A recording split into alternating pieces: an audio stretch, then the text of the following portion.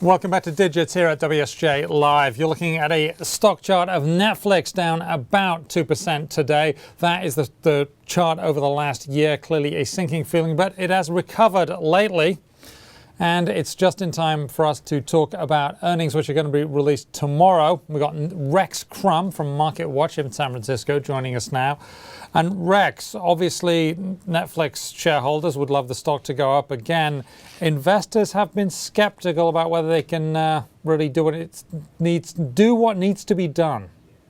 Yeah, it's really become, you could say, the stock you love to hate. I mean, there's such a love-hate relationship with this company. You remember a year ago, it was at $304 a share. It cratered to just below 60 by the end of the year. It's had a bit of a recovery this year. So from an investment standpoint, this year hasn't been that bad if you'd bought in early. But it all gets back to subscribers and subscriber growth because they need those numbers to keep going up so they can afford to get more content and bring more subscribers back in.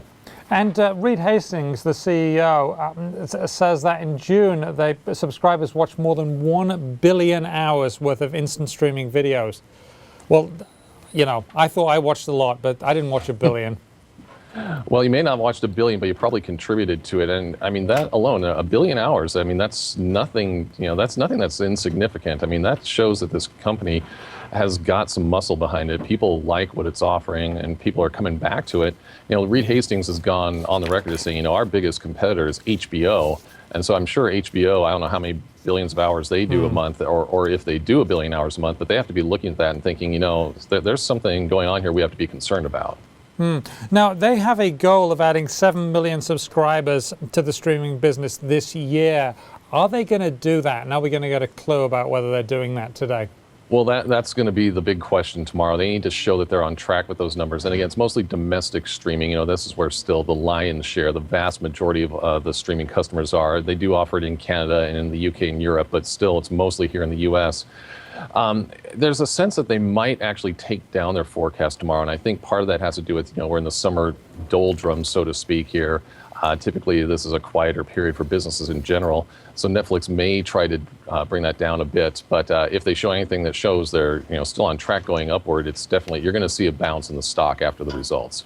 Now, it was last year that Reed Hastings decided to try and split the company into two bits, right? The hard copy, the DVD business that they were going to call Quickster, and the streaming business. Subscribers didn't like that and reacted badly. Has he learned his lesson, and is he managing to get his subscribers back? I think they have learned their lessons somewhat, and I mean, you hit it right on the nail there. That whole plan to separate the businesses, plus with the price increase last year, was very unpopular.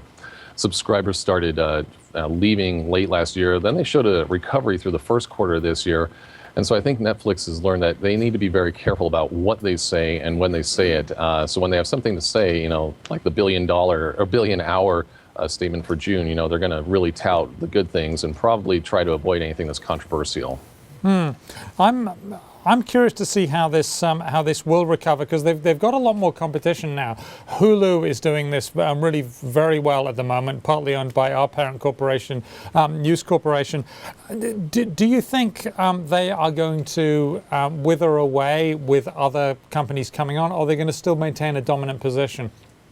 Well, gosh, I don't have the crystal ball for sure, but they do have that dominant position now, and they are still adding subscribers. And again, you get back to that 1 billion hours in 1 month. No one else, no other online service is touting anything like that. So I think that they're in a position where it's really up to them to hold on to it and go forward. And whether rivals such as Hulu and others come about, I think Netflix probably isn't so much worried about them as they are what people are watching on TV right now.